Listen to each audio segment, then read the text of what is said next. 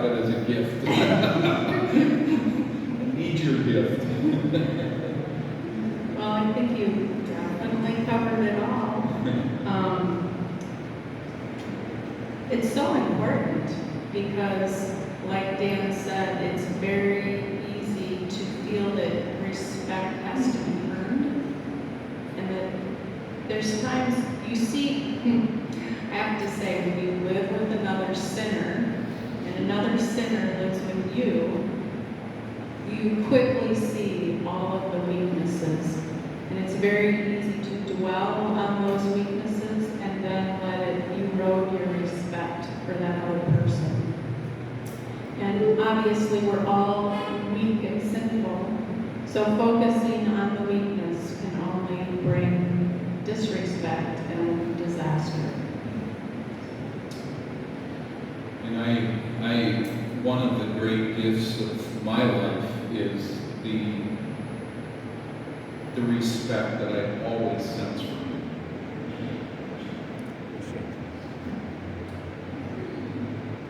you. As you serve God in ministry, there will be people who do not respect you.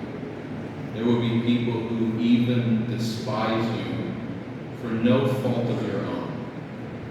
But they begin to look at you in the wrong light, and you will face it. There will be those, it's irrational. There's nothing that you have specifically done beyond what you just must do to be a pastor and a pastor's wife. But they will reject you. Jesus knows that rejection far more than we do. But in that rejection, it is very devastating when that rejection is happening in your home.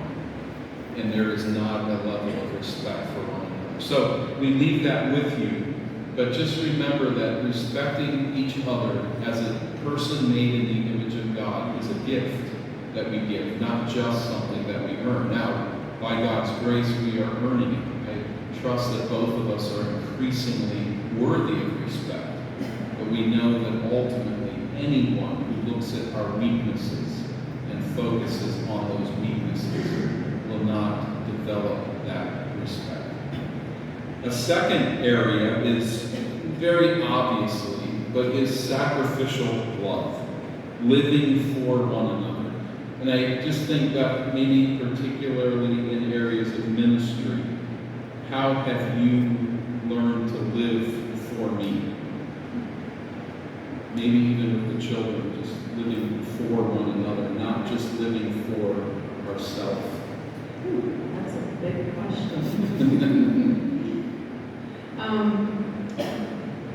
I think it's kind of like in the Old Testament when they would talk about a king coming to an area, they would make the road smooth for the king. They'd take out maybe the hills, they'd fill in the bumps, they'd make the pathways smooth.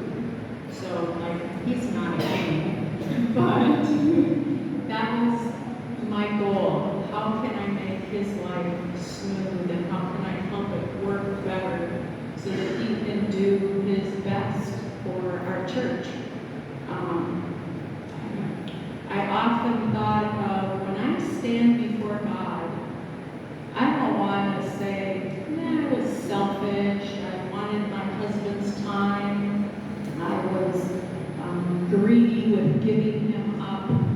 I don't want to stand before God and give an account like that. I want to have open hands with his time, with his talents, so that he can use them how he sees fit. And then as children came into our home, we have 3 sons and a daughter, and they're all very close in age. They were all born within 5 years and 4 months. So our oldest is only 5 years and 4 months older than our youngest, with 2 boys in between. So life was crazy at times. And just trying to free up his time, and also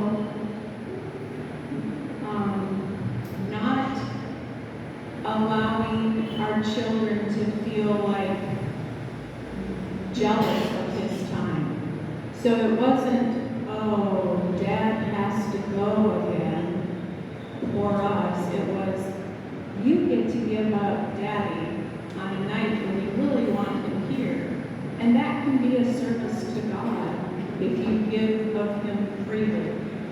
So there's just so many things that, not just because he's a pastor, but as you help your husband in any kind of future ministry or in his job, to have that attitude of sacrificial love, of giving up of yourself and of what you would want.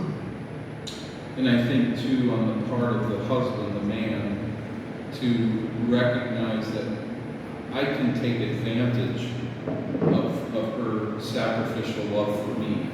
So she's spoken here about the times when I was gone, the times when ministry pulled me away from her and the family. It's so much about her perspective to love and to sacrifice and to give willingly. If she did not have that attitude, and I came back late after a night of counsel with a family in trouble, and she was angry or bitter or did not want to talk because I was gone so long, that would affect my ministry. But I must also say, on the other side, that I have to be careful for her. I'm living for her. I'm sacrificing for her as well.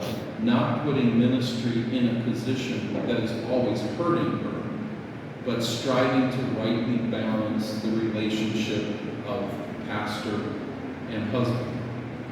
But there are pastors who sacrifice everything for the flock and sacrifice almost nothing for their wives. And I don't think that pleases the Lord.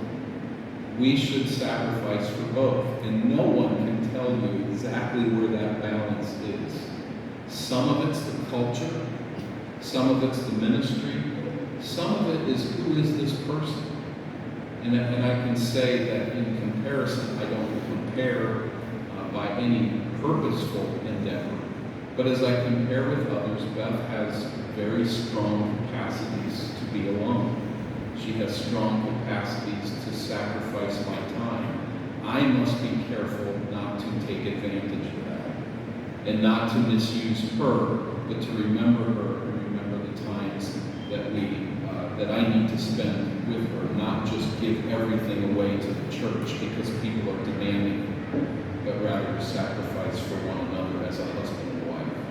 And that is something that ultimately a church cannot determine. We must determine that as husbands. Where do I stop? What is enough? Where is God pleased for me to focus on my wife and family? And where am I being selfish? I need to step out. And where does she need to step out? Give it something else.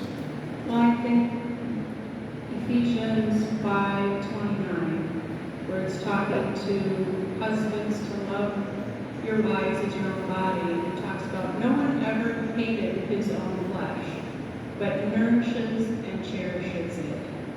So if you say you slice your finger open and it's a deep wound, then you're not going to be like, whatever. You are going to nourish that wound, right? Gently bind it up and care for it, make sure it's clean. You're caring for that wound carefully. That's your wife, right? Care for her, care about her needs, cherish her. That's a huge piece. That's what love does. And it is not natural to us. It is the fruit of the Spirit. Let me move to another idea, and that's courage. I think one aspect of a healthy marriage is for both in their right way to be courageous people.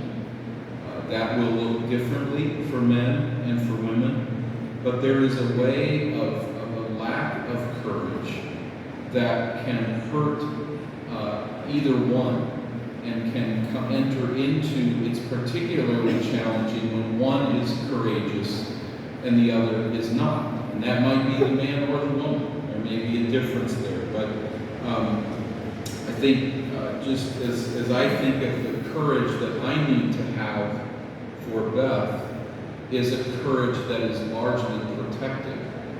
That I need to be willing to take on the challenges of life for her and in defense of her.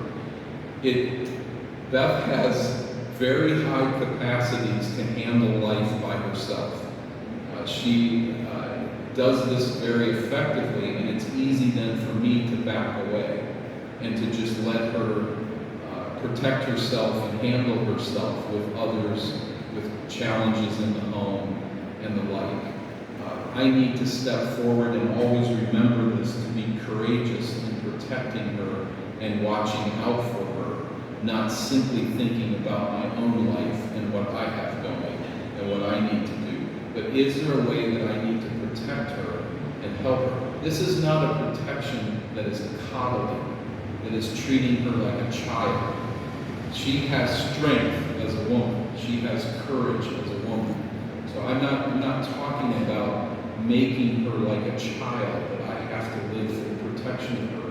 But I'm thinking more in those areas where I feel weakness, or I want to disappear, or I want to be lost in my own world. To live for her is to live toward her with courage that rightly protects and directs her in life. So maybe from your standpoint, courage as a pastor's wife, and how that courage is, how you relate to me that way. Does that make sense? you do better than you know. Well, I think we kind of talked about it yesterday, and that's the many expectations that can be put on you as a pastor's wife, or as even just a woman serving in your church. It's been very helpful to not just say, well, I can do that, I can do that, I can, but to then talk through things with Dan to figure out, should I do that? Should I lay that next task on life? Or in his wisdom, often he can help me stand back and say, not wise. So there's that balance with courage, but often talking to your mate and talking through things is so helpful, because they can see things that you maybe can't see. Okay, just do with time, like tackling things, taking them on, fixing things. So at home, I have a very nice toolbox with the drill and the hammers and screwdrivers, and if I don't know how to fix something, I Google it. So I fixed many things in our home just to free him up so he doesn't have to worry about that. The faucet is leaking, which just happened right before we left. Drip, drip, drip. Oh, drives you crazy. So I Googled my faucet type and found out I needed a little part, which I ordered and installed it. So he didn't have to worry about it. And our counter is always the repair counter. So if something is broken, it goes onto the counter, and at some point I get out the tools and fix it. So. And not every woman is given that natural ability, but I think that I just see it so often that your courage to do something, to address a problem, is really encouraging to me. That there's not a list of I must do everything, but Beth is willing to venture out and try things that are difficult with courage, to create more time, opportunity for us. Let's transition to a completely different aspect of healthy marriage, and that's humor. Just maybe talk about how humor works in our relationship and how important it is to our relationship. Between the two of us, he tends to be the serious one. And so, humor is good. I think sometimes we can take ourselves so seriously that we have forgotten how to laugh at ourselves. Sometimes we're very humorous people, and we don't want to admit it, right? We're just mad. But learning to laugh at yourself is a good trait. Seeing the humor in things, being able to share those stories, laugh with each other. It's an important part of a relationship, just building that time where everything doesn't have to be serious all of the time, and not taking yourself too seriously. And that is challenging depending on your nature, your personality. First of all, honestly, I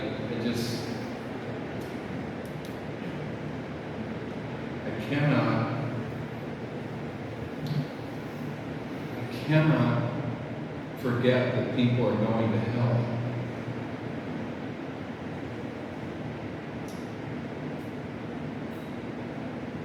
The people that I serve, I want to see get to heaven. And that's serious work. And then I look at the scriptures, and it's serious work to understand the Bible. There's so much at stake, the future of God's people, their perseverance in the faith, their trust in the Lord, the lost world that surrounds us. These are serious, serious things, and I can be very intense and serious about my life. What I have to do is remember that God has also made us to laugh, and that humor is a good thing. Some people have a very good sense of humor. Others are not so equipped. We cannot make ourselves funny. We cannot create humor out of nothing. But I would say that we need to try to laugh at life. And there's times when I can be so taken up with the seriousness of the challenges that I don't relax and allow us to laugh together. And as Beth brought up, she's better at this than I am, but we have to laugh at ourselves easily. If others find our foolishness as funny and humorous, we should as well. It's a privilege and a gift to help someone laugh at you and laugh at your weakness. But as we do that together, we do laugh in our home. We do laugh as a couple, and we do laugh at ourselves.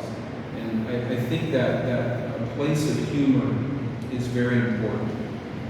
My friend, Brother Shamu Day, is a man that has a good sense of humor. And that's one of the things I love about him. You're always laughing, and he gets you to laugh and to giggle. He does that on purpose. It's not because he's not serious. It's not because he doesn't see the challenges of ministry and life. But he has a more natural sense of humor than I do. But each of us needs to know where we are there and be willing to use it and to probe at humor.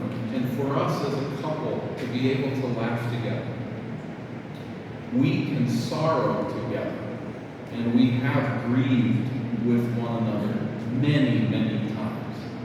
People fall into horrific sin, and people die. We have had members killed in accidents, and horrible things have happened. And even within our own family, with our children and the challenges of life, we have all kinds of reasons to sorrow and grieve and face the difficulties of life. And as a husband and wife, God uses that to bind your heart together. We have an understanding about certain areas of suffering that really bind us together. It's almost seems irrational. Yesterday, 38 years of marriage, and we can still find tears in our eyes when we talk about the 6 children that we lost. 38 years later. But there's a bond between us in that experience. And it's not the bond of those who are never able to have children. Ours does not go that deep because God was merciful to allow us that joy. He does not permit that for everyone. So there's different experiences that bind us together in the area of heartache and sorrow. But we must also find those places that bind us together with laughter and joy. And if we only emphasize what is hard, we miss the lightness of life and the joys of life with laughter. So this is not something you can create. It's not something that always comes easily, but to think about ways in a right way, in appropriate ways, to laugh and to laugh at one another. Now, when there's children in the mix, that becomes a little easier because they do so many crazy things that cause us to laugh. And we're thankful for that and for grandchildren now that create laughter in our home. But between the two of us, we need to work to have a light spirit from time to time. I would say, too, on the topic of children, our children are kind of hard-earned. It was a long journey with many ups and downs, expectation, joy, sorrow, disappointment. So it's very easy when that first living child is born to make them the center of your world. Everything revolves around them, and it's very easy to forget that your mate, your husband, your wife, they are to be your primary focus, and we call it Velcro, Velcro, right? Yeah, Velcro in India. It's a wonderful invention. Pull it apart together. How about super glue? Do you have super glue? I super glued my fingers together once. Not smart. Cake doesn't come apart. So we call us, we're super glue. The children, Velcro. Pull them off, they go to college. Oh, they come back. Oh, pull them off, they get married. Oh, they come back for a visit, right? That's not our permanent relationship. You leave your father and mother, you cleave to your spouse. So it's so important to not, it's so easy to get caught up in the life of children that you let your relationship with your spouse go to pieces. It's so easy. And you understand what we're saying. Our children are our children until death. But when they leave the home and they form their own headship, our task is not to hold on. But part of what Beth is saying too is that it's not just letting them go when they leave, but it's while you're raising them. Do they get the sense, I am the center of my mom and dad's relationship? Or do they recognize they are raising me to serve others and to leave the home, and then to form their own headship? So I'm very thankful that for Beth and I, it's always been very understood with our children that we will remain together as husband and wife in the home. You need to leave to serve God as He directs you. So then as husband and wife, we need to not have children as the center of our relationship and the thing that binds us together. We see this again and again in our nation and in our ministry, is a husband and wife who do not care for each other. They have lost respect for each other. They are no longer living a loving way toward each other. Everything is about the children. Everything is focused on the children, and then those children leave. And that husband and wife have no relationship. And we've seen examples of this again and again, where they just live together and they have no love for one another. Now, children are not the reason for that. Sin is the reason for that. But we need to be wise as we think about how do we relate to children. So, laughter. Put this together. I would always tell my children, we cannot